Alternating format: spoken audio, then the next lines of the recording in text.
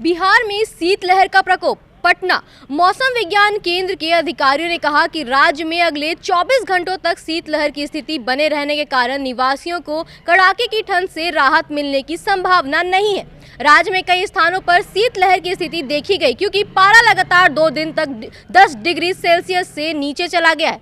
आपको बता दें कि मंगलवार को जारी दैनिक बुलेटिन के अनुसार गया राज्य में सबसे ठंडा रहा और न्यूनतम तापमान 5.2 डिग्री सेल्सियस रहा, जो सामान्य से 4 डिग्री कम था।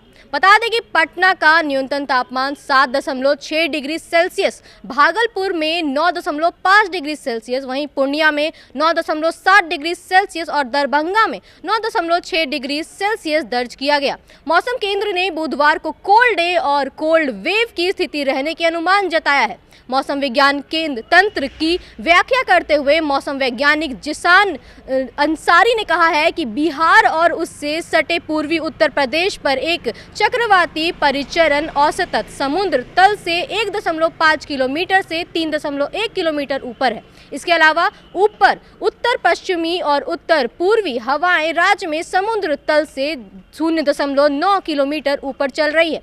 राज्य में हल्के से मध्यम कोहरे की संभावना है। आने वाले दिनों में रात के तापमान में कोई खास बदलाव की उम्मीद नहीं है। हालांकि 3 दिनों के बाद तापमान में धीरे धीरे 2 डिग्री सेल्सियस से 3 डिग्री सेल्सियस की वृद्धि होने की उम्मीद है।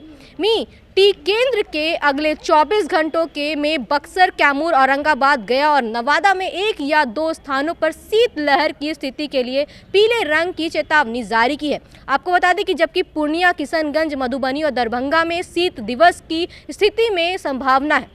भारत मौसम विज्ञान विभाग के अनुसार मैदानी इलाकों में एक शीतलहर की घोषणा तब की जाती है जब न्यूनतम तापमान 10 डिग्री सेल्सियस या उससे कम हो या लगातार 2 दिनों तक मौसम के सामान्य से 4.5 डिग्री कम हो। जबकि एक ठंडा दिन घोषित किया जाता है जब न्यूनतम तापमान 10 डिग्री सेल्सियस से कम हो जाता है या अधिकतम तापमान से 4.5 डिग्री सेल्सियस से 4 डिग्री सेल्सियस की गिरावट होती है।